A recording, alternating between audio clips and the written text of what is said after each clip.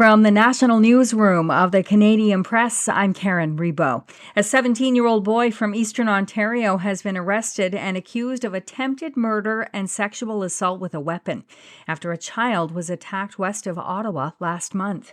Provincial police say the charges are tied to a missing child report on June 24th in Quaidville. The child was found early the next day with life-threatening injuries. Investigators initially thought the injuries might have been from an animal attack, but they say recent testing of samples taken from the child's wounds revealed no traces of animal DNA. The union representing hundreds of Canadian hearing services workers in Ontario reached an agreement with their employer this week that ended an 11-week strike. But many deaf community members say the organization has lost their trust.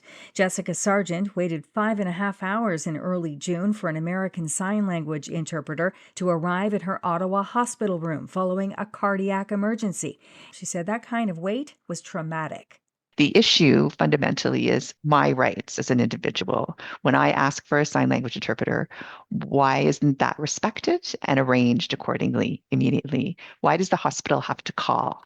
Calgary police are still seeking 8 to 10 suspects in a stabbing attack on 3 teens at the Stampede this week.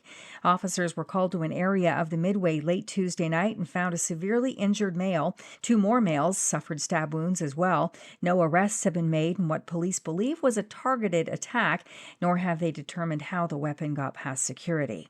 While optimism is building for a rebound in real estate activity, a sluggish condo market means those looking to upgrade still face tough choices. Cities like Toronto and Vancouver have seen condo sales drop off, if not stagnate, in recent years following a rush of new supply and plummeting investor demand. With industry watchers forecasting renewed demand for ground-oriented homes, condo sellers face the choice of selling now for a lower price or waiting out the storm.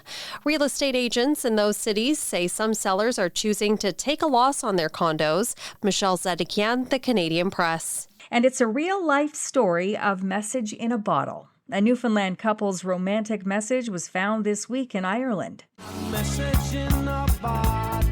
Anita and Brad Squires had been dating for about a year when Brad threw their bottle from Conception Bay's Bell Island after a September picnic in 2012. Squires figured the bottle would have smashed on the cliffs until Monday night when his cell phone lit up with messages. The bottle had been found that morning by Kate and John Gay on the southwest coast of Ireland. They shared it with a local conservation association, which posted the romantic find on social media.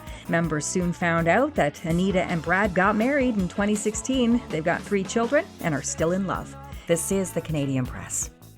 In sports, the Toronto Blue Jays have the day off, and they'll likely reflect on almost hitting a franchise record winning streak. The Jays saw their season-making 10-game winning streak end yesterday at the hands of the Chicago White Sox. The Blue Jays visit Sacramento to take on the Athletics tomorrow. In tennis, top-ranked Aryna Sabalenka and Amanda Anisimova have a morning battle in this year's first women's singles semifinal at Wimbledon.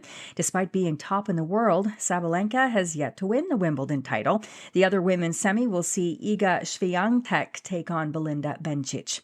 Major League Soccer's Vancouver Whitecaps and Hamilton's Forge FC of the Canadian Premier League will meet each other in the semifinals of the Canadian Championship. The Whitecaps advanced last night by beating Winnipeg's Valor FC 3-2 on aggregate in their quarterfinal, and the Forge topped CF Montreal 3-2 in their 2-game series.